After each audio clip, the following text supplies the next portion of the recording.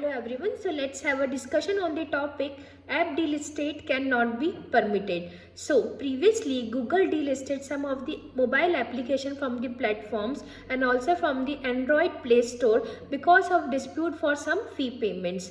So IAMAI, which is known as Internet and Mobile Association of India, removes the data from the mobile and they raise the issue for the digital monopolies. So what is digital monopolies? It refers to a scenario where such companies like e-commerce and big-tech companies tend to dominate the digital market in their specific domains. Okay, so there is a threats posed by the digital monopolies that are, first one is anti-competitiveness practice. That means restricting the party application mergers and acquisition, for example Apple. And second is limited consumer choice, which is forms to prevent users to leave the platform and use the other alternatives also, for example App Store. And thirdly, it is a data privacy and security. That means there is a many misuse of data nowadays, and also for example there is a very targeted marketing also. So let's start the next topic of today, which is the crop husbandry and agriculture and the inputs, demand and supply report released by the Niti Aayog. So domestic production sufficiently meets the demand for the food commodities except the edible oils and the pulses. So agriculture exports has been rising steadily and export basket is also changing, and the India is a share of 40% of in global rice exports, and it is a larger exporter.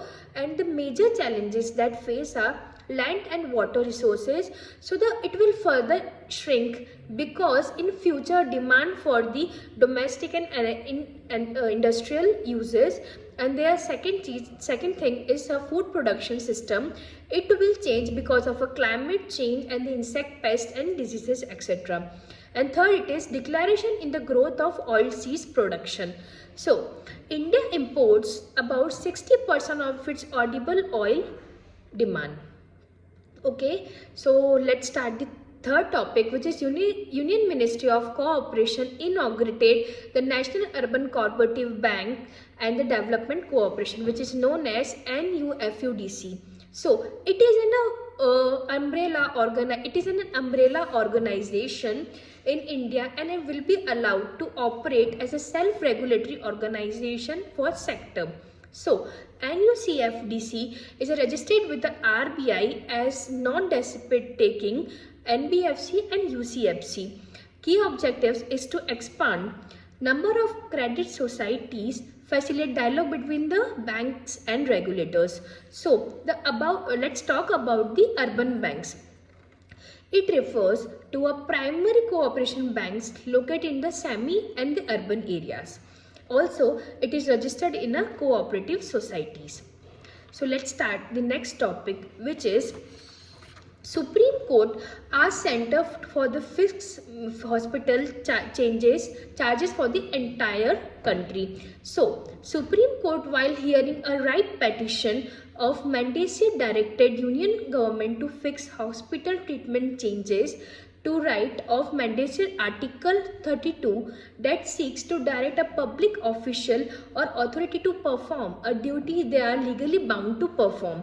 So the need to fix charges that are affordability, because many people can't afford the money because they don't have the health insurance. And second is transparency. There should be no overbilling for the patients. And third is standardization and fair competition. So there should be a fair competition. All should be treated equally, and there is a responsibility of the state. So let's start our next topic of today, which is draft ministerial declaration on a cross-border remittances. So first of all, we will know what is remittances. Remittances generally refers to a money or a goods that migrants send to their family or children. In origin countries. So it is a joint communication from 4 countries like India, Bangladesh, Nepal, and the Sri Lanka. And the socio-economic impact of remittance, especially for developing countries, 78% of remittance flows in 2023 went to low and middle income countries. And the remittance, India is the world's largest recipient of remittance. Thank you.